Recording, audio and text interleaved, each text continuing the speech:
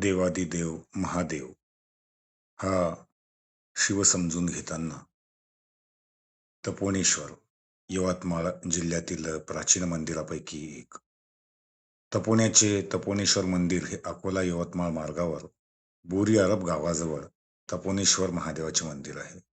या मंदिराला भेट देण्याचा योग इतिहासाचे मूर्तिशास्त्राच्या अभ्यासक विवेक चांदूरकर, त्याचबरोबर मराठा संदर्भ ग्रंथालयाचे संस्थापक प्रमोद टाले, अभय पाटील आणि गजानन पडोळ यांच्यासोबत आम्हाला आला. हे तपोनेश्वराचं अत्यंत प्राचीन असं मंदिर, अतिशय सुंदर अशी रचना या मंदिराची आहे. मंदिर ह्या भक्कम अशा खांबावरती या ठिकाणी उभा आहे. आपण बघत आहात की सुंदर असं नक्षीकाम केलेला खांब आणि हा अतिशय सुंदर असा नंदी आहे. याच्या बाजूलाच हे एक या ठिकाणी जे मंदिर आहे अत्यंत प्राचीन आणि बघा 2 नंदी या ठिकाणी आहेत.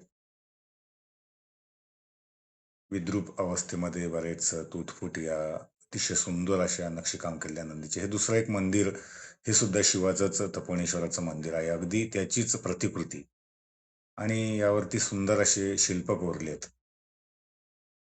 बघा, या मंदिराचा हे जे यक्ष आहेत, यक्ष हा संपूर्ण भार आपल्या याच्यावरती तोलून धरलाय आणि हे वरती आपण बघताय, अतिशय सुंदर असं शिल्प आहे.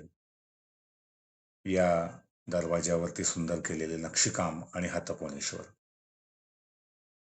या मंदिराच्या परिसरातही अनेक मंदिरं आहेत. मुख्य मंदिरातील गर्भगृहामध्ये महादेवाचे हे शिवलिंग आपण बघितलं. या मंदिराच्या पाठीमागे ही सुंदर अशी बारव आहे आणि या बारवेच्या बाजूला आणखी काही मंदिरांचा समूह आपल्याला या ठिकाणी दिसतो.